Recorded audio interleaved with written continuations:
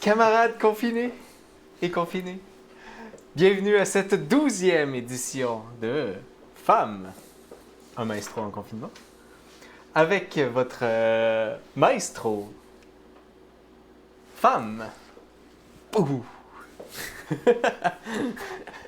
Et votre animateur Benjamin, comme toujours.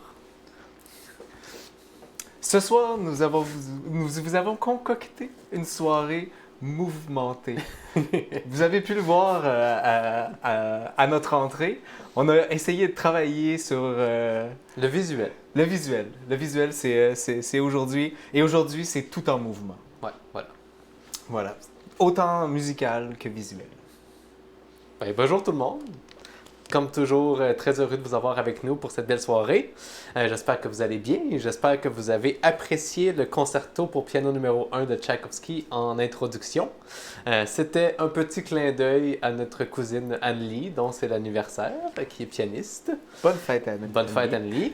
On est très heureux de t'avoir avec nous ce soir.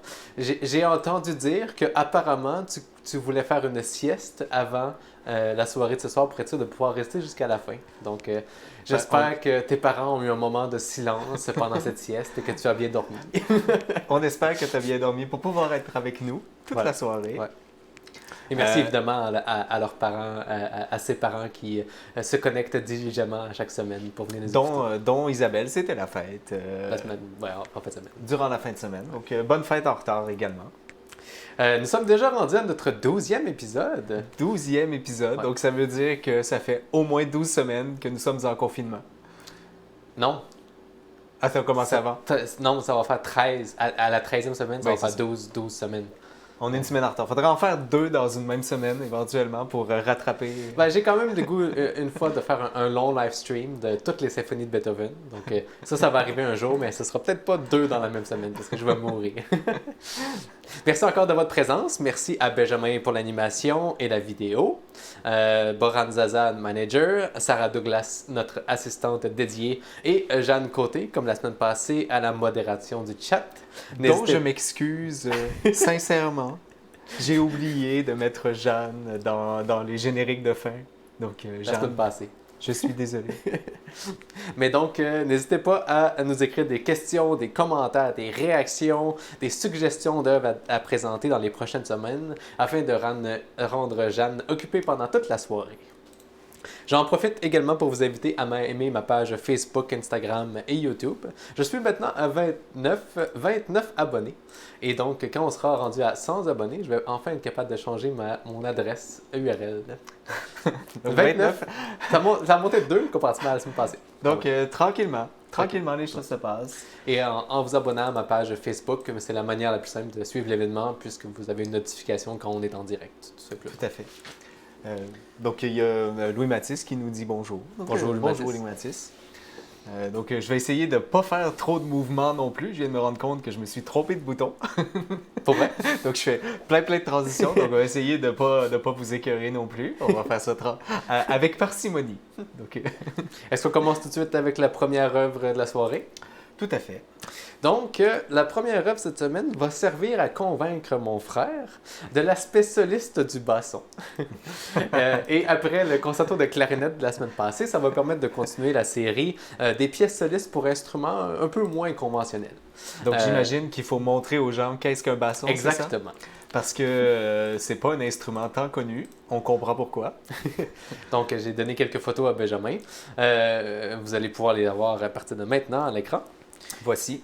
Et oui, c'est quand même un gros instrument, là. Si on le met par terre, ça arrive presque au niveau de la tête. Et c'est un instrument qui joue assez grave. En fait, c'est un instrument qui fait office de les basses dans la section des bois, un peu comme le violoncelle et la contrebasse dans les cordes et le tuba dans la section de cuivre, en fait. Est-ce que je me trompe si la version basse du basson, c'est effectivement l'instrument le plus grave Tu parles de contrebasson? le contrebasson? Le plus grave De des l'orchestre. bois, de l'orchestre? Oui. Ça m'étonnerait. L'octobasse, ça descend en bas, là. Je vais aller vérifier durant notre pause. Et puis- L'octobass, qui d'ailleurs est. L'OSM en possède 2 maintenant, je crois. Mais d'après moi, l'octobass oui, c'est gros. Puis, ouais. Bref, même peut-être 3, mais bon. Donc, on va écouter le concerto de Mozart pour basson. Et dans le fond, lors de mes recherches, je suis tombé sur un enregistrement disponible sur YouTube de ce concerto qui a été réalisé le 15 mai, donc il y a à peine presque un peu plus que 2 semaines. Et c'est pas un enregistrement qu'on va entendre aujourd'hui, mais parce que je ne suis pas tout à fait satisfait en fait de la qualité audio de cet enregistrement-là, mais ils vont probablement s'améliorer dans les prochaines semaines. En fait, le problème, c'est que c'est vraiment difficile de d'enregistrer un orchestre qui est espacé, en fait. Ça a plein de problèmes au niveau du son. Mhm. Et donc, je voulais quand même vous montrer un peu le résultat de qu'est-ce que ça va donner et qu'est-ce que va avoir l'air probablement les concerts pour les 2 prochaines années, en fait. Et donc, Benjamin, si tu veux bien mettre à l'écran la photo de Misk Mozart, en fait. Ah oui. Juste pour... donc, on a déjà quelqu'un qui nous félicite sur nos effets spéciaux. Donc, merci Julie. On est aussi fiers de la chose. Désolé, j'avais pas compris qu'on allait tout de suite à Mozart là-dedans. Donc, je nous remets. Ce ne sera pas bien long. Donc, vous allez pouvoir avoir à l'écran ce que probablement va avoir là les concerts dans les 2 prochaines années. Et en fait, vous allez voir entre autres, il y a le soliste qui est placé devant l'orchestre qu'on peut voir sur la photo qui est en bas. Et le soliste suit le chef en fait par une télé qui est devant lui. Et vous allez voir sur les autres photos, il y a les hautbois qui sont placés à l'avant de l'orchestre. Il y a le soliste et le chef qui arrivent masqués pour être sûr de ne pas donner de contagion.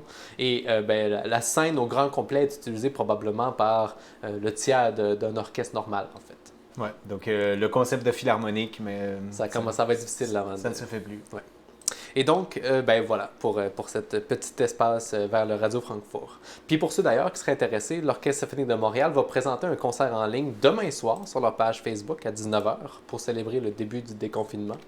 Mais j'ai appris aujourd'hui que c'est un enregistrement qu'ils ont fait aujourd'hui et non qui ne sera pas en ligne en direct demain. Alors, je suis très, très fier de nous qui sommes en direct à toutes les semaines alors qu'eux décident de se prendre une journée pour bien faire un beau montage, régler tous les problèmes. Nous, on fait ça en ligne. Donc, le concerto pour basson en si bémol majeur de Mozart a été écrit alors qu'il était âgé de 18 ans, en 1774. C'est la première œuvre concertante écrite par le compositeur pour un instrument à vent et le seul existant pour basson. Comme je mentionnais pendant l'introduction, il y a un peu des hiérarchies en termes d'instruments solistes. Il y a beaucoup de concertos pour piano, violoncelle, violon, mais très peu pour les autres instruments, dont le basson en fait.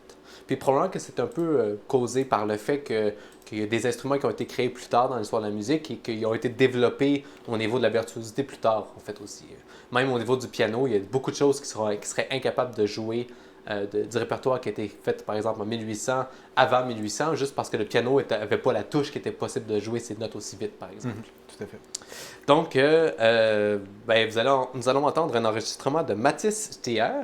Et j'espère que vous allez apprécier la sonorité très solistique de l'interprète qui possède dans cet enregistrement avec l'utilisation généreuse, entre autres, du vibrato et du rubato.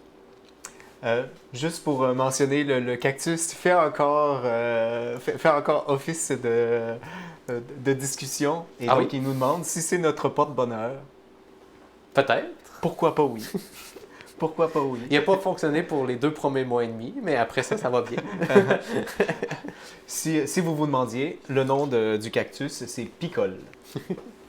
Très beau. Donc, nous sommes prêts?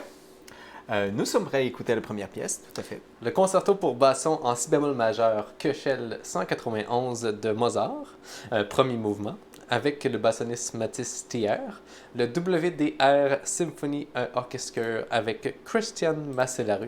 C'est un enregistrement du 4 octobre 2019, disponible sur YouTube. Assez récent quand même comme enregistrement. Donc, très très rapidement, pour ceux qui s'en souviennent, le concept d'un concerto, c'est avec soliste. Et durant la pièce, vous allez entendre un début, un milieu et le début qui revient. Donc, on vous invite à essayer d'écouter Ça, c'est la forme sonate, c'est pas le type de concerto. C'est la forme sonate, mais comme il s'agit de notre premier mouvement du mouvement, on s'attend à ça. Donc, si vous essayez de porter attention au début, vous devriez réentendre la fin. Bonne écoute.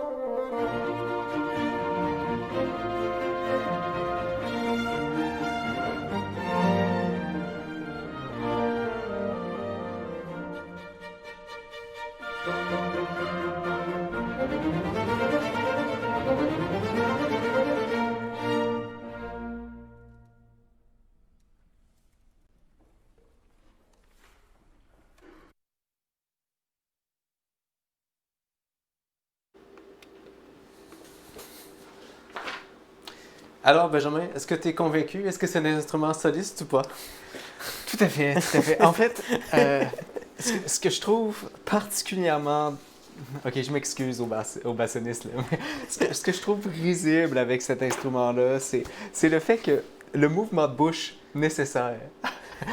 Donc, évidemment, vous n'avez pas pu voir, là, mais lorsque les... oui, donc c'est une espèce de mouvement, là, comme ça. Et c'est le même mouvement que les gens feraient avec un autre instrument. C'est juste que comme l'instrument est plus gros et donc légèrement plus lent et demande plus de souffle, tout ça c'est vraiment exagéré. Euh, mais mais il y a quelque chose de le fun à entendre l'espèce de son couler tout le long de la pièce. C'est Moi, je trouve que c'était particulièrement réussi. Et la semaine prochaine, on va probablement entendre le concerto de Hautbois de Mozart et l'enregistrement est juste incroyable. J'ai écouté ça cette semaine et j'ai presque annulé celui de basson pour mettre lui de Hautbois, mais je me suis dit, je vais garder pour la semaine prochaine. D'ailleurs, j'ai vu que Vincent Bollard était sur le... Ah, mais il devrait se connecter la semaine prochaine s'il est encore là. Oui, je ne sais pas s'il nous entend actuellement, mais Vincent, on t'invite à te connecter. Peut-être. Et on t'a salué déjà au moins 3-4 fois sur l'émission en parlant d'histoire de Rimouski d'ailleurs. Tout à fait. Donc c'est quelqu'un qui a fait le conservatoire à la même époque que moi là, lorsque j'étais dans ma folle jeunesse, cette folle jeunesse où j'avais les cheveux longs encore. Alors, est-ce que le chat était actif pendant la première partie de cette... On a eu beaucoup de gens qui se sont salués encore. Moi, c'est quelque chose que j'adore avec ça, c'est de voir une petite communauté se former. Sinon, Hélène qui nous dit à quel point c'est beau d'entendre du basson jouer. Et puis, ah oui, il y a Anne-Lee qui nous a dit que tout à fait, elle avait très bien dormi avant de venir. Donc, et Jean-Philippe, qui est arrivé en retard et que j'ai chicané sur le chat pour lui avoir dit qu'il a manqué. Il manquait toutes les nouvelles... toutes les nouvelles effets spéciaux. Mais donc, est-ce qu'on va déjà sur la deuxième pièce alors? Ben, je pense qu'on peut aller sur la deuxième pièce. Je crois pas avoir rien manqué. Sinon, Jeanne m'enverra le tout dans un chat privé. Mais donc, la seconde œuvre aujourd'hui est un extrait, en fait, de la pièce Ceasing to be Seized. Et c'est la seconde fois, en fait, sur l'émission que je vais diriger une œuvre contemporaine avec un compositeur que je connais bien et toujours vivant. Question, est-ce que c'est celle-là que les gens ont voté pour? Non. Ah. Non, c'est encore dans le processus de transition pour se préparer à cette œuvre, en fait. Donc, Philippe va être là pour préparer les gens, c'est ça? Oui, t'as peu, là, t'as peu. Et donc, j'ai rencontré Philippe, en fait, dans un cours de direction à McGill. Oui. Est-ce que je suis censé faire quelque chose? Non, non, absolument pas. Tu m'as regardé en faisant comme, OK. Non. Je pense que personne va être surpris que tu as des cours de direction. Oui, mais c'était avant ma maîtrise, en fait. C'est là que j'ai rencontré mon professeur et que par la suite, j'ai pu rentrer à la maîtrise, en fait.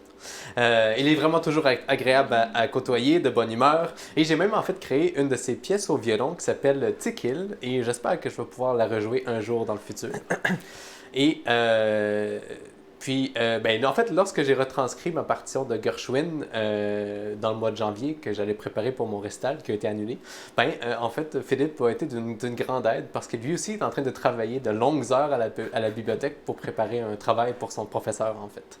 Et donc, je remercie grandement son support alors qu'on les deux ont travaillé de nombreuses heures à la bibliothèque ensemble. Et donc, sans plus attendre, je suis très heureux de vous présenter Philippe. Et voilà. Bonsoir Philippe. Avec le logo, c'est vraiment un bel entrée épique de Philippe sur notre chaîne. Ça va bien? Oui, ça va super. Et vous? Super. Comment se passe le confinement de ton côté? De ce que j'ai compris, tu viens tout juste d'arriver à Montréal. En fait, tu n'étais pas au pays.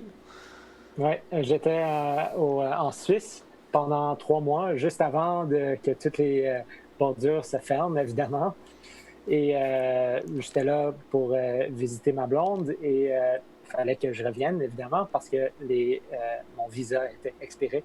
Alors, je suis revenu dimanche sur un avion avec plus de personnes qui s'occupaient de l'avion que de passagers. C'était très étrange. L'attente rendue à l'aéroport, elle était courte, j'imagine? Oui, s'il n'y avait personne là, c'était difficile même de savoir où s'en aller parce qu'il n'y avait personne. Tu sais. T'arrives à la C'était- sécurité, puis ils c'était sont comme, qu'est-ce que tu fais là? pas mal. Est-ce que c'était Il y avait dans 9 un contexte vols qui musical que sortaient. tu t'es rendu sur place ou c'était juste pour vacances personnelles?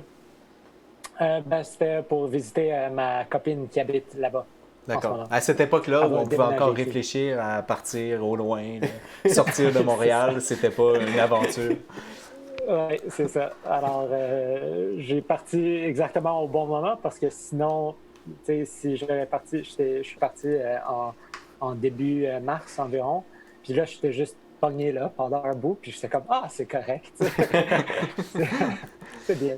Mais donc, on peut parler de ton œuvre un peu, en fait. Comme on avait un peu Ouais. discuté la dernière fois lors de Femme 10 avec Marie-Lou, les étudiants en composition, écrire une pièce, en fait, ça fait partie de leur thèse. Ils n'ont pas nécessairement une grosse thèse à écrire de mots écrits, mais cette pièce-là fait office d'une bonne partie de cette thèse-là. Et dans le fond, ça a été pour ta maîtrise et maintenant tu fais ton doctorat, c'est ça? Oui, exactement. Super. Ben, présente-nous un peu ton œuvre. Quelle était ton inspiration? De ce que j'ai compris, c'est un genre de jeu, en fait, qui se passe entre les mouvements. Oui. Ben, ça, c'était pas nécessairement l'inspiration, c'était une métaphore que j'ai pu trouver après l'avoir écrite. Alors, ce qui se passe quand je compose, c'est une espèce de dialogue entre moi et mon inconscient. Et quand je composais cette pièce, j'ai réalisé que j'avais, en fait, j'étais en dialogue avec deux parties de mon inconscient. Et il disait des affaires différentes et agissait de manière différente. Il me présentait avec de la musique différente. Alors, euh, un de ces caractères-là était plus rigide, plus mathématique, voulait créer des structures à long terme très claires et très logiques. Et l'autre voulait faire de la musique qui était beaucoup plus basée sur le moment présent. Des phrasés qui font du sens au niveau local, mais qui méandrent un peu et qui n'ont pas de raison logique au long terme sur la forme globale. Alors, au lieu d'essayer de combiner ces deux tendances-là en moi, je les ai laissés parler à tour de rôle. Alors, le premier mouvement, c'est le côté mathématique rigide qui fait aucun sens au niveau local. C'est presque frappant, tu te dis qu'est-ce qui se passe pour juste ce moment-là, mais à travers le temps, on réalise que ce matériel-là, ce caractère-là qui revient, a un processus très rigide, mathématique, téléologique, tandis que l'autre change tout le temps, il y a toujours quelque chose de nouveau. Et rendu à la fin, la raison pourquoi j'ai utilisé cette métaphore de jeu, c'était pour écrire ma thèse, en fait. Et c'était pour décrire le processus dans lequel les deux ces deux caractères-là venaient à une espèce d'équilibre. Et ça, c'est décrit un peu par je l'ai décrit métaphoriquement avec les règles de la théorie des jeux qui est utilisée en biologie, en économique, en plein affaires pour décrire l'interaction entre deux agents Donc, avec des désirs différents. peut-être très rapidement, là, pour les gens qui ne sont pas familiers avec les mathématiques, la théorie des jeux, c'est essentiellement comment deux entités peuvent entrer en interaction, soit en compétition, soit en aide. Oui, exactement. Fait que c'est un peu, dans le fond, l'esprit rationnel contre l'esprit émotionnel. Est-ce qu'on peut traduire Ouais. ça de cette manière-là? Ouais. Mais je trouve que c'est très bien réussi et c'est une pièce qui est particulièrement difficile pour les musiciens quand même. Aujourd'hui, on va écouter juste les 3 premiers mouvements. Il y en a 8 en tout. Mais dans les mouvements 6 ou 7, je ne me souviens plus exactement, là, je me souviens que les musiciens ont souffert très fort pour créer cette pièce-là. Mais j'invite tout le monde en fait à essayer de reconnaître les ressemblances qu'il y a entre le premier et le troisième mouvement qui sont vraiment très proches au niveau de l'écriture, alors que le deuxième est vraiment ailleurs, un peu comme expliquait Philippe en fait. Donc moi, je dois avouer que je vais être comme les auditeurs, donc je vais découvrir la pièce en même temps que tout le monde. Et je sais que lorsque je m'en vais écouter de la musique contemporaine, il faut que je change ma façon de réfléchir. Donc pour les auditeurs qui sont habitués d'entendre par exemple Mozart, Bach, très très basé sur la mélodie, est-ce que tu as des conseils d'écoute sur un état d'esprit à avoir qui va les aider à mieux apprécier la pièce? Moi, quand j'écoute une nouvelle musique que je comprends pas tout de suite, j'essaie de trouver c'est quoi la dimension dans la musique où il y a l'intérêt. Alors, est-ce que c'est le timbre? Est-ce que je devrais écouter le timbre? Si je change mon point de vue pour écouter les sonorités en tant que telles, mais pas la mélodie, est-ce que là, c'est plus intéressant ou non? Des fois, c'est pas intéressant d'écouter les timbres, mais plutôt le rythme ou quoi que ce soit. Alors, pour cette pièce, je dirais que il y a des gestes, il faut un peu écouter les gestes comme si c'était une personne qui était en train de bouger. Tu peux y penser de même. Il y a des gestes en termes de dissonance ou consonance aussi. Et il y a une dynamique que j'espère est assez claire avec la musique. Moi, je vais en faire des gestes, en tout cas. Il y a des gestes là-bas. Donc, ce que ça veut dire, et c'est une chose qui est parfois difficile à accepter, c'est que la mélodie n'est pas le seul endroit où la musique peut se passer. Ouais. Et donc, on vous invite, cher public, à écouter peut-être autre chose que la mélodie aujourd'hui. Donc là, aujourd'hui, on écoute la gestuelle. Mais donc, si on est prêt, en fait, j'ai quelques autres informations à donner avant qu'on commence. Mais Philippe, je t'invite à rester avec nous pour la présentation de ta pièce. Je crois que Benjamin va t'installer dans le coin gauche de l'écran alors que je vais diriger. Et aussi tout le monde sur le chat, n'hésitez pas à écrire des questions à Philippe. Nous aurons le temps de reparler avec lui après la présentation de son extrait. Et j'ai choisi quand même, c'est ça, un extrait qui est assez court pour aujourd'hui pour continuer d'apprivoiser la musique contemporaine et continuer de converger vers la pièce que vous avez votée pour écouter de Alexander Blank, en fait, In Memoriam. Je prends quand même quelques secondes parce qu'on a un commentaire intéressant ici là, sur la démarche. Donc, c'est tellement intéressant comme processus de création.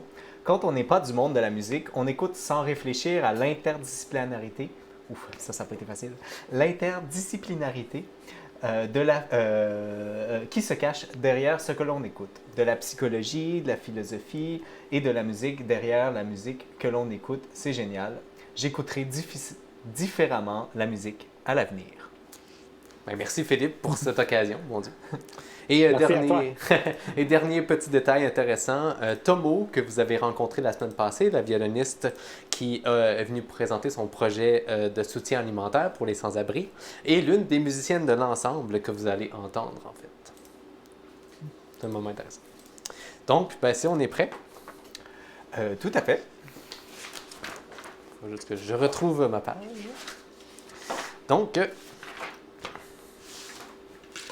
et il y a Caroline Tellier aussi qui dit « On est prêt ». On est prêt. Donc, Ceasing to be Ceased par Philippe McNabb-Séguin. Premier, deuxième et troisième mouvement avec l'ensemble contemporain de McGill dirigé par mon professeur Guillaume Bourgogne. C'est un enregistrement du 8 février 2020, alors qu'on avait encore le droit d'être tous à le même endroit, hein, quand même, à la salle Pollack. 2 secondes. On a l'information à l'effet que les choses ont figé. Je n'ai pas de raison de croire que c'est de notre côté. Je vais prendre quelques secondes quand même pour confirmer.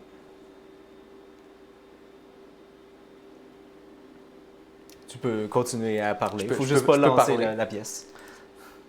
Ça a l'air de fonctionner, de ce que je vois ici. Ouais, ça fonctionne. Parfait. Donc, On espère que c'était juste de notre côté. C'est circonstanciel. Ouais.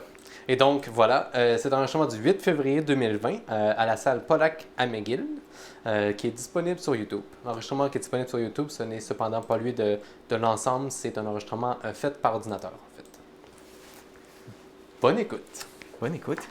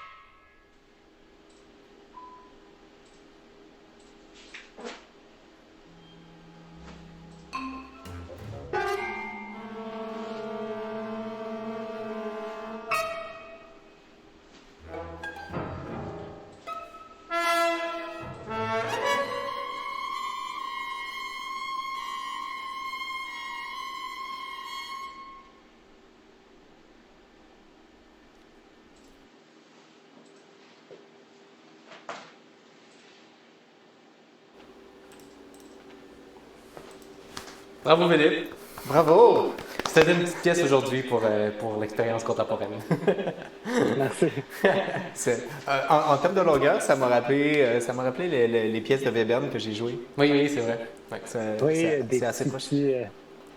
des petits mouvements.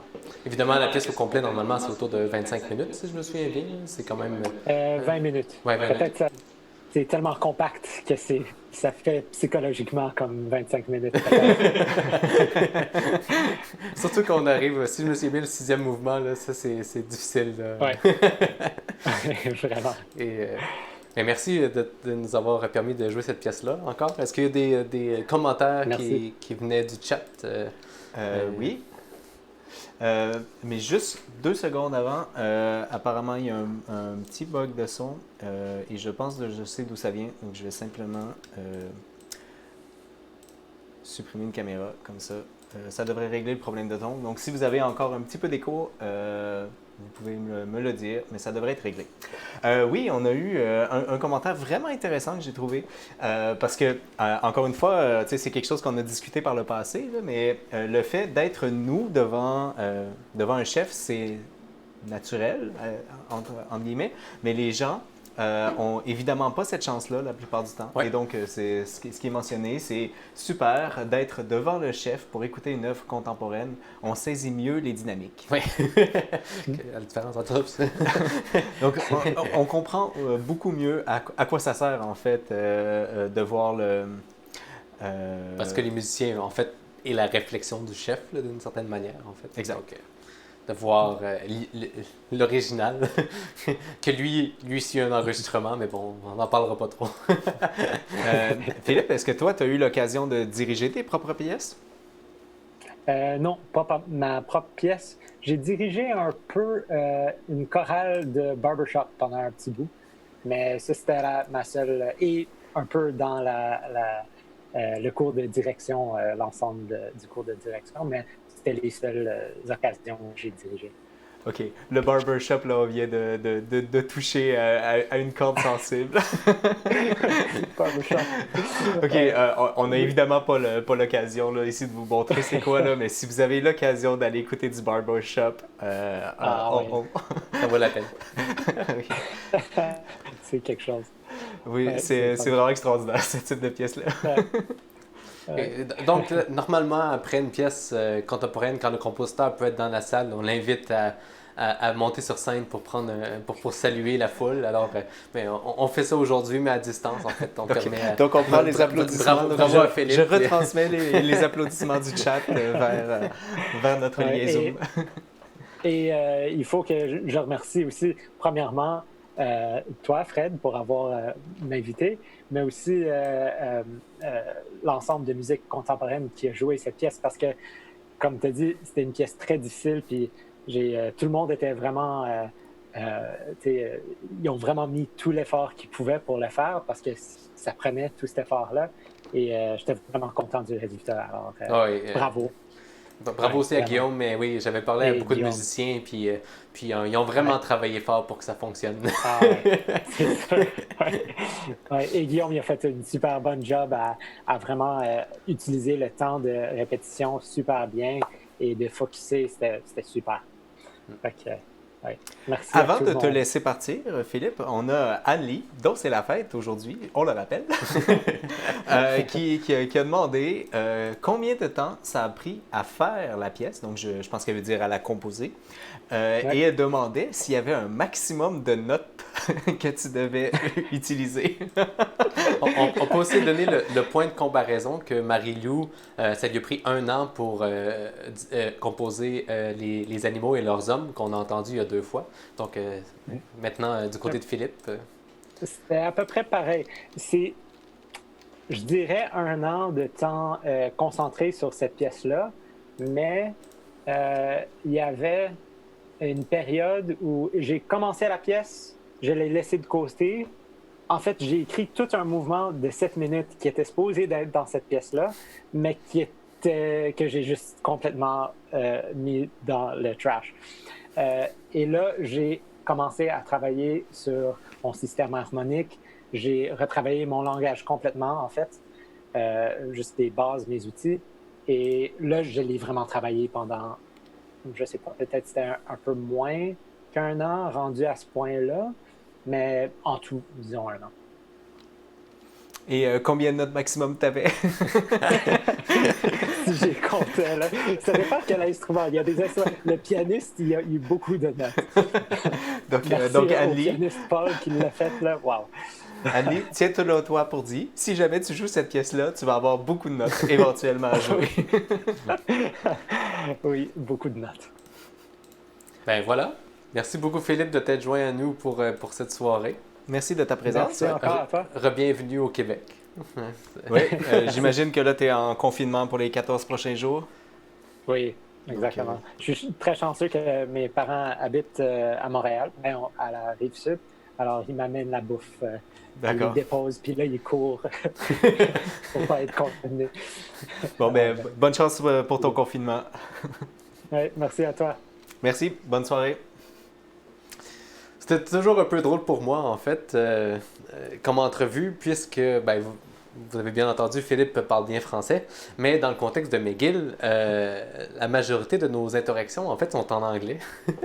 Et je tiens, en fait, à souligner que c'était un défi qui était très bien relevé, en fait, par Tomo et Boran, que vous avez entendu la semaine passée, qui n'ont toutes les deux pas la langue française comme langue maternelle, en fait. Mais elles n'ont pas hésité à accepter mon invitation d'entrevue et à se préparer, en fait, un peu d'avance à parler en français en direct sur l'émission. Donc, bravo à Boran et Tomo encore d'avoir fait. On les félicite de nouveau. Ouais. Donc, troisième pièce ce soir, à moins qu'il y ait Troisième d'autres, pièce. Ben, juste mentionner, quand même, ça vaut la peine. Je sais que Philippe est encore autour, donc on a eu plein de petits applaudissements et des félicitations. Donc, voilà. Donc, ben, je suis très heureux de la prochaine œuvre au programme, telle que mandée par Caroline Chénard, L'hiver tiré des 4 saisons de Vivaldi. J'ai voulu acheter cette partition Barenrater depuis que j'en connais l'existence en 2011, donc ça fait quand même longtemps. D'accord. Donc, Et- grâce à Caroline, on a... Finalement, j'ai dépensé de l'argent pour acheter la partition. Je crois en fait alors que ben, on était, c'était un projet entre la classe de violon d'Élise Lavoie et l'Orchestre des Jeunes du Québec maritime. Et dans le fond, chacun des élèves de la classe jouait un mouvement des saisons de Vivaldi et s'échangeait la position du soliste en fait. Et ben, personnellement, je jouais l'hiver, le premier mouvement de l'hiver qu'on va entendre aujourd'hui entre autres. Et j'ai finalement reçu cette partition-là jeudi matin, très tôt d'ailleurs. Je dormais encore lorsque l'appel est arrivé. C'est toujours surprenant quand t'entends frapper à la porte d'un coup dans ces moments de COVID. À 8h le matin. Là, Pom, pom, pom, pom. Donc, ben, les 4 saisons du Vivaldi, c'est une des pièces les plus jouées au monde. Je me souviens que Alexandre Dacosta, qui est un violoniste très connu au Québec, me racontait que lorsqu'il vivait à Vienne, durant l'été, les orchestres faisaient des concerts, 2 concerts par jour, qui faisaient juste jouer les 4 saisons de Vivaldi. Et ben, tous les concerts étaient complets au niveau du public. Et de cette manière, il ramassait assez d'argent pour pouvoir faire du répertoire beaucoup plus diversifié durant l'année, en fait, avec l'argent qui était amassé durant l'été. Et donc, on est rendu au moment du sondage du jour. Le sondage. Le violoniste Jean-François Paillard a enregistré l'œuvre 6 fois. Mais, selon vous, à combien de reprises a-t-il joué l'œuvre en concert? Donc, il y aura 4 choix qui apparaîtront à l'écran très bientôt. Les choix de 0 à 500. Oui. 501 à 1000. 1001 à 1500. Ou 1501 à 2000. Donc, ça peut pas être plus de 2000. Malheureusement. C'est déjà beaucoup, on s'entend là. Un concert, ça prend beaucoup de temps à préparer et beaucoup de pratique. Et d'ailleurs, je crois que nous allons entendre les 4 saisons dans les prochaines semaines, une saison par semaine. Ça sera mon but pour le mois de juin d'ailleurs. Et donc, comme nous l'avons mentionné précédemment, ces concertos sont basés sur des poèmes italiens. Benjamin, veux-tu nous lire les poèmes? Est-ce que tu vas te tenter sur le poème italien? Ou... Ben, j'ai failli demander, en fait, dans le sondage, si les gens voulaient m'entendre le dire en italien ou en français. Je peux peut-être m'essayer en un. Non. Je l'ai lu une première fois en italien, mais avec l'écho dans mes oreilles, je pense que ça va être un peu trop difficile. En allemand, je me risque. En italien, un peu moins. Mais donc en français, alors. En français. Donc, est-ce qu'on joue les 3 mouvements? Oui. OK. Donc, les 3 mouvements de la pièce. Donc, le premier mouvement de la pièce, c'est ce que vous entendrez évidemment en premier. Donc, ça va comme suit. Trembler violemment dans la neige étincelante, au souffle rude d'un vent terrible. Courir, taper des pieds à tout moment. Et dans l'excessive froidure, claquer des dents. Voilà, c'est un poème tout court. Oui. Le deuxième mouvement, qui va être un mouvement lent, il est basé sur passer auprès du feu des jours calmes et contents, alors que la pluie, dehors, verse à torrent. Et finalement, le troisième mouvement, qui est un mouvement rapide, marcher sur la glace à pas lents, de peur de tomber, contourner. Marcher bravement, tomber à terre, se relever sur la glace et courir vite, avant que la glace se rompe et se disloque. Sentir passer, à travers la porte ferrée, sirocco et boré, et tous les vents en guerre. Ainsi est l'hiver, mais, tel qu'il est, il apporte ses joies. Je suis d'accord avec cette dernière phrase. Tout à fait. Le poème traduit assez littéralement en musique l'œuvre les textes qui est écrit, un peu comme les poèmes symphoniques que nous avons écoutés dans les dernières semaines. Et vous allez entendre, entre autres, plusieurs fois dans le premier mouvement, des éléments musicaux qui représentent des dents qui claquent, comme puis plein de qui représentent bien le mouvement des dents qui claquent, je trouve, et des choses comme ça. Et je vous invite, dans le fond, aussi à reconnaître le moment où est-ce qu'on est assis autour du feu, également, ainsi que le moment où est-ce qu'on tombe sur la glace et qu'on se met à courir de manière frénétique dans la neige. Ce sont tous des beaux moments de ce concerto, je trouve. Pour information quand même, parce que le lien évidemment avec les poèmes symphoniques qu'on a écoutés jusqu'à maintenant, il est évident. Mais il faut quand même comprendre qu'à cette époque-là, l'idée du poème symphonique, elle était quand même différente. C'est-à-dire qu'ils n'essayaient pas de représenter chacune des lignes du poème. Donc, c'est plutôt une ambiance qu'ils essayaient de démontrer. C'est faux. Ah ouais? C'est exactement écrit dans la partition. Ça veut dire telle chose. D'accord. Oh oui, puis c'est écrit directement à quelle mesure ça commence et tout. D'accord. Bon, généralement, c'était l'inverse. Mais oui, je suis d'accord pour les autres œuvres, c'est vrai. D'accord. Donc, désolé de vous avoir réduit en erreur. Donc, celle-ci, c'est un poème symphonique finalement dans le même ordre d'idées qu'on aurait eu avec les autres. Oui. OK. Bon, mais je suis désolé pour l'erreur conceptuelle que je vous ai faite aujourd'hui. Dernier petit détail, en fait, je voulais prendre le temps de sortir de mon texte pour dédier cette pièce-là, en fait, à George Floyd et en fait, l'ensemble des actions contre le racisme qui ont commencé depuis une semaine déjà. Puis je lisais un peu en fait sur Vivaldi, ça m'a fait rappeler en fait que Vivaldi, quand il était vivant, il était professeur en fait dans une place de réfugiés pour des jeunes filles. Et la plupart des concertos qu'il a écrits, il les a écrits en fait pour les étudiantes de cet endroit-là. Et donc lui, je trouve qu'il y a vraiment un parallèle vraiment intéressant entre la vie de Vivaldi et qu'est-ce qu'on vit présentement au niveau social en fait. Que pour lui, ça changerait rien que c'était des filles ou des jeunes femmes. Elles jouaient bien la musique, alors il voulait composer la musique pour elles, tout simplement. Et j'ai été contacté par une des auditrices assidues de l'émission qui me demandait en fait de laisser un petit mot aujourd'hui à propos de ce qui se passe au niveau social et me demandait aussi peut-être de diriger quelque chose par un compositeur noir en fait. Et ma réponse a été tout simplement ben oui, ça me ferait plaisir, mais as-tu des suggestions? Et elle m'a envoyé une suggestion, j'ai regardé sur internet, il a fallu que je contacte la bibliothèque, la bibliothèque est fermée, mais ils sont là à travailler sur internet et ça m'a pris 3 semaines à avoir la partition de Vivaldi et ça m'a pris 1h30 à avoir ce score de la symphonie afro-américaine de William Grant Still. Je me souviens que j'ai déjà entendu parler de cette œuvre-là. Je ne l'ai pas écoutée récemment, mais très possiblement que ce sera quelque chose qui sera dirigé, peut-être pas la semaine prochaine, la semaine suivante, mais très bientôt. Et en fait, c'est un peu ça mon message que je voulais laisser, c'est que c'est important de communiquer et de discuter, en fait. Si elle ne m'avait pas écrit, en faisant cette suggestion-là, j'aurais même pas réfléchi en fait que je pouvais peut-être trouver cette partition-là en fait. Et je pense que c'est ça qui est important.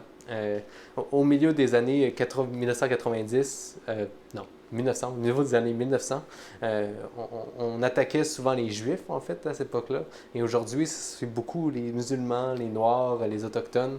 Et il n'y a rien à gagner avec ça, tout simplement. Il y a juste à perdre. Et ben, je vous invite à communiquer, tout simplement. Puis, j'espère que vous allez apprécier cet enregistrement de l'hiver de Vivaldi. Dans un enregistrement baroque, on va parler un peu plus de ça la semaine prochaine, de qu'est-ce que ça veut dire. Mais c'est un enregistrement qui est fait sans chef, donc c'est assez drôle que je dirige un enregistrement qui n'a pas de chef. Ben sur ce, ouais. On vous souhaite une excellente écoute. Le concerto pour violon, le Quattro Stagioni, opus 8, par Vivaldi, numéro 4, l'hiver, avec la violoniste Cynthia Miller-Vogel et Voices of Music. C'est un enregistrement de 2016.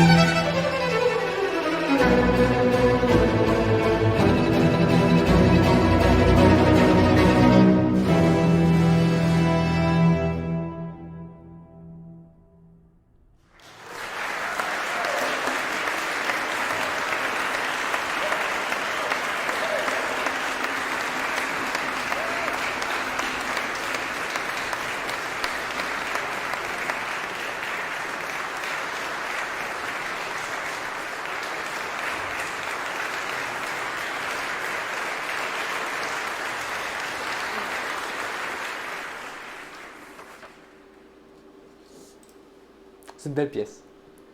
Ouais. Moi, Je sais pas pourquoi, dans les 4 saisons de Vivaldi, je pense que la partie qui me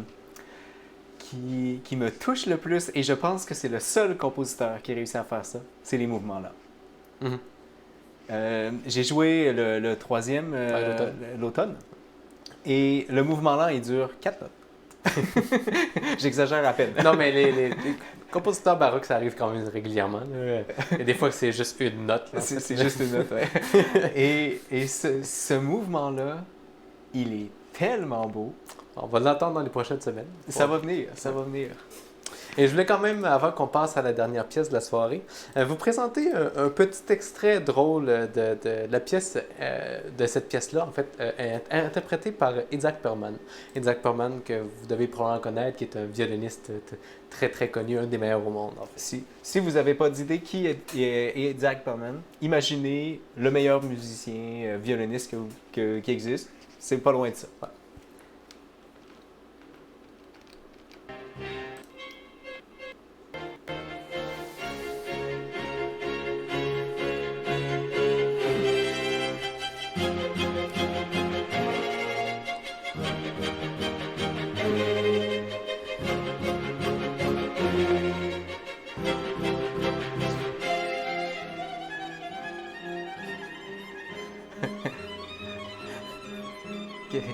Qu'est-ce qui se passe?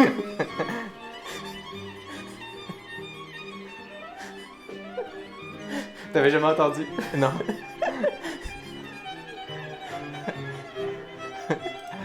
C'est une blague?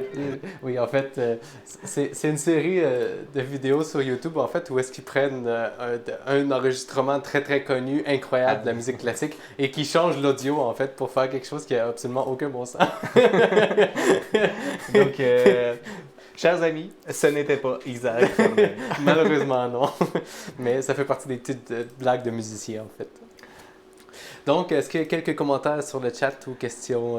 Évidemment, hein, les pièces de type 4 saisons de Vivaldi, ça fait réagir. Mais le deuxième mouvement est très souvent demandé, entre autres pour les mariages, quand même. Oui. Donc, je vais remonter un peu le chat là, parce que ça a été sans arrêt. Julie Pelletier, c'était super beau, c'est bien de nous reconnaître ces mélodies déjà entendues. Donc, le fait aussi d'avoir déjà entendu, ça aide aussi à apprécier une pièce. C'est tout à fait vrai. Docteur Rémy, merci Frédéric d'avoir été sensible par l'actualité qui sévit aux États-Unis. Le silence ou l'indifférence peuvent nourrir la violence. Donc, tout à fait. Et puis, merci Dr. Rémy d'être avec nous à chaque semaine. Tout à fait. Ça nous fait plaisir de vous avoir à chaque semaine. Un mouvement si puissant, donc là, je suis désolé, je ne sais pas à quel mouvement ceci fait référence, mais on va assumer qu'ils l'ont tous. Tu prends la fin quand même. Là. Comment? La fin quand même. Là. La fin, oui, mais tout. J'ai hâte d'entendre la saison été de Vivaldi, donc de la part de Caroline. Elle était pour une prochaine demande spéciale. Donc, ça allait venir. Oui, ben les 4 saisons vont avoir lieu dans les 4 prochaines semaines, en fait. Et dans le dernier mouvement qu'on vient d'entendre, il y a un petit moment qui dure environ 6 mesures, qui est une redite. Hein. Il réutilise le matériel de l'été. Évidemment, là, on ne peut pas le reconnaître puisqu'on n'a pas entendu l'été cette fois-ci, mais normalement, quand on entend la pièce d'un bout à l'autre, c'est vraiment un très beau moment que tu te souviennes des joies de l'été en plein hiver avant que la tempête prenne, en fait. C'est un beau moment. Sinon, d'autres... on a fait le tour, je pense. Donc, les gens qui sont heureux et qui ont ri à l'écoute de cette médiocrité. J'ai aimé le « qu'est-ce qui se passe? » Et donc, la dernière œuvre aujourd'hui déjà est la marche slave de Tchaïkovski. Elle fut composée à la commande de la Société de musique russe pour un concert de charité à la Croix-Rouge au profit des victimes serbes de la guerre serbo-turque. Au travers de sa marche slave, Tchaïkovski glorifie la Serbie pour avoir soutenu le peuple slave de la Bosnie durant la révolte de 1876, ainsi que le massacre de 1500 Bulgares par les forces ottomanes durant l'insurrection bulgare d'avril 1876. Donc là, c'est là où on commence à rentrer dans l'appropriation culturelle, hein, si je me souviens bien. Un petit peu. Un petit peu. Donc, juste pour vous voyez qui, au moins, donc je vous mets à l'écran Tchaïkovski. Voici. On l'a eu. Est-ce qu'on l'a déjà eu sur le stream? Peut-être pas, en fait. Je me souviens. Oui. Oui? Oui, j'ai le feeling que oui aussi. Concerto? Oui, concerto de violon, oui. Donc, comme Benjamin dit, cette pièce sera une sorte de transition vers des œuvres qui seraient probablement aujourd'hui qualifiées d'appropriation culturelle. Mais celle-ci, je crois qu'elle est quand même basée sur des mélodies serbes, des mélodies traditionnelles, quand même. Quand on parle d'appropriation culturelle, quand on va vers d'autres œuvres comme Ravel dans Sherazade, là, il crée de toutes parts la pièce. Mais je serais quand même intéressé d'avoir l'opinion des Européens qui suivent le stream pour savoir si, est-ce que c'est toujours acceptable selon vous ou est-ce que c'est juste de l'utilisation d'une autre culture. Nous allons probablement entendre, mais là, ça reste à voir, puisque là, j'ai une nouvelle pièce à regarder. Mais peut-être qu'à la semaine prochaine, on va entendre le Capriccio italien de Tchaïkovski. Et là, c'est vraiment... là, on tombe dans la caricature pure. Il rit des Italiens en faisant... Puis c'est vraiment là, on tombe complètement dans l'appropriation, dans la caricature. Mais là, dans ceci, je ne suis pas encore certain. Et donc, comme c'est la fête à Anne-Lie ce soir, je voulais lui dédier cette pièce. Je crois que pour ceux qui la connaissent, vous allez être d'accord que ça représente bien sa force et son caractère quand même. Et tout comme toute bonne pièce de Tchaïkovski, vous entendrez beaucoup de répétitions. Le thème sera joué par un groupe d'instruments, sera répété par un autre groupe d'instruments, sera répété par un autre groupe d'instruments, et ainsi de suite, plusieurs fois. Vous avez le temps de l'apprendre. Oui, facilement. Et comme toute bonne pièce de Tchaïkovski, comme Beethoven d'ailleurs, la finale sera étirée sur un long moment, comme pour rendre les finales encore plus grandioses à la saveur de Tchaïkovski.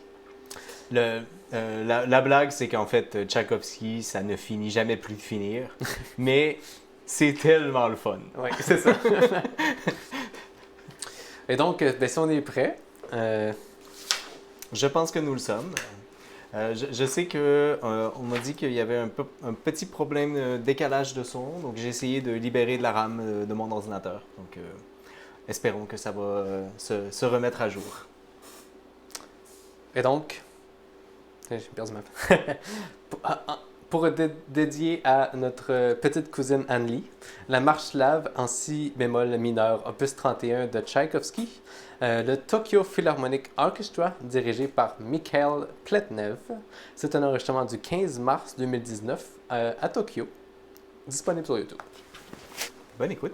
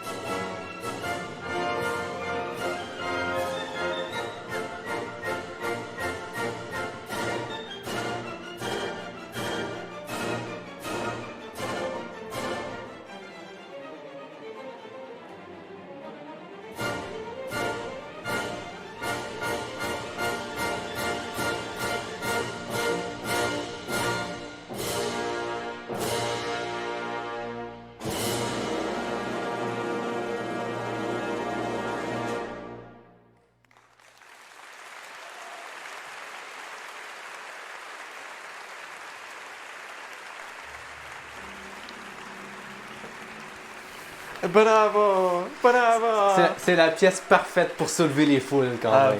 Pour finir une soirée, il y a définitivement pas mieux. Si je me fie au cœur et aux pouces qui apparaissent à l'écran actuellement, je pense que nos auditeurs sont d'accord avec nous. Moi, je tiens à dire que ça demande beaucoup de concentration ce que je fais quand même. Il y a Benjamin qui fait beaucoup de choses pendant les live streams. Ici, j'ai quand même accès à un écran de son ordinateur qui me déconcentre à toutes les fois. Il y a les lumières qui m'aveuglent tout au long de la soirée. Et là, Benjamin s'exclave de rire comme si je venais de perdre mes pantalons en plein milieu de la pièce. Donc, est-ce que c'était un commentaire sur l'appropriation culturelle? Non, c'était pas ça. C'était moi qui ai appuyé sur le mauvais bouton et j'ai envoyé la transition femme, que je peux vous renvoyer d'ailleurs, juste pour se refaire plaisir. Boum! Et les gens dans le chat n'ont pas manqué de me le faire remarquer. J'ai particulièrement aimé le femme ta de Théophile. Donc voilà, je suis désolé, c'est qu'ils sont tous un à côté de l'autre. Et j'ai changé souvent de photos durant cette pièce-là. Donc voilà, c'est ce qui m'a fait rire. Et ça me rappelle qu'on n'a pas discuté de la réponse du sondage, en fait. On n'a pas discuté de la réponse du sondage. Oups. Quel était le choix qui a été décidé? Donc le choix populaire fut en fait très réparti. 29%, 14%, 29% et 29%. Oh wow! donc c'est le plus proche du hasard qu'on puisse espérer. Oui, c'est assez proche de lancer une scène. Oui. Donc la réponse, c'était... Ben, il y avait 29% des gens qui avaient raison, en fait. 29% des gens qui avaient raison et 71% qui avaient tort. Et donc, c'était l'option 3. Il a joué la pièce 1480 fois en concert.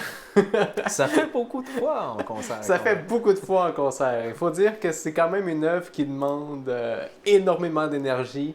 Et donc, de jouer cette pièce-là 1400 fois en concert, c'est probablement autour sur une carrière de 50 ans, en fait. et qu'il pourra en jouer plusieurs fois par semaine pendant ces 50 ans-là. Ça fait beaucoup. Ça fait beaucoup. J'ai pas calculé s'il faisait une fois par semaine, combien de semaines ça prendrait, mais... 1480. Mais combien d'années ça ferait, donc? Mais bon, bref. Tu peux calculer en années, ça fait combien s'il fait une fois par semaine? Ouais, ça se calcule assez facilement. En fait. Oui, 1400 divisé par... divisé par 52. Donc, est-ce qu'il y avait d'autres commentaires? Oui, tout à fait. Anne-Lee qui est tout à fait enjouée qu'on lui ait dédié la pièce. Donc, est-ce qu'elle se reconnaît? C'est là la question, en fait. Ceci n'a pas été mentionné. Donc, on espère que tu t'es reconnu dans la pièce, Annie. Et donc, Jean-Philippe qui mentionne évidemment, mais quel final quand même. C'est le principe de Tchaïkovski. Si vous avez envie d'entendre une pièce qui va vous donner tout plein d'entrain à la fin, prenez n'importe quoi de Tchaïkovski, ça va marcher. Ouais. Puis ça marche, c'est très joyeux comme Noël, en fait. C'est la musique qui se met très bien dans le temps des fêtes, je trouve. Tout à fait.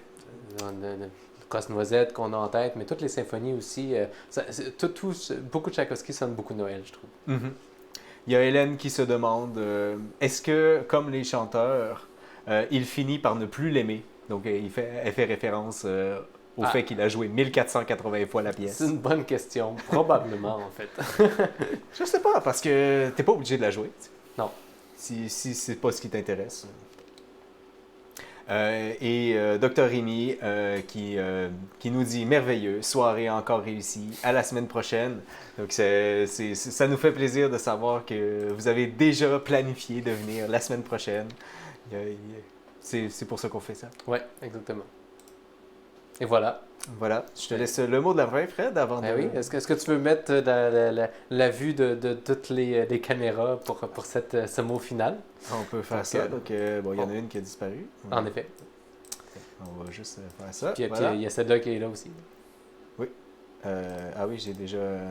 Et donc, ben, on vous invite à nous contacter si vous voulez suivre les entraînements de Benjamin du lundi et jeudi midi.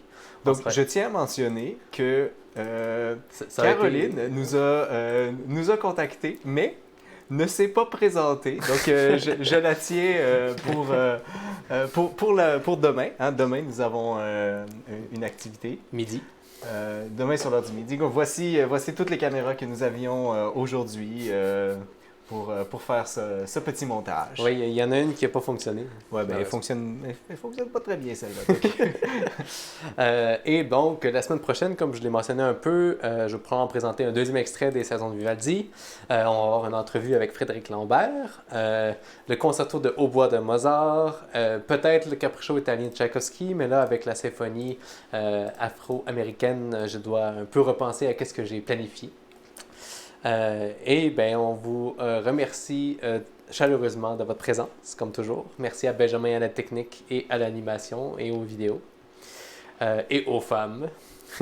Boran Zaza, manager. Sarah Douglas comme assistante dédiée. Et Jeanne Côté à la modération du chat. Merci beaucoup pour ton travail ce soir. Allez aimer ma page Facebook, Instagram et vous abonner à ma chaîne YouTube si vous voulez continuer à suivre notre événement. Et à la semaine prochaine.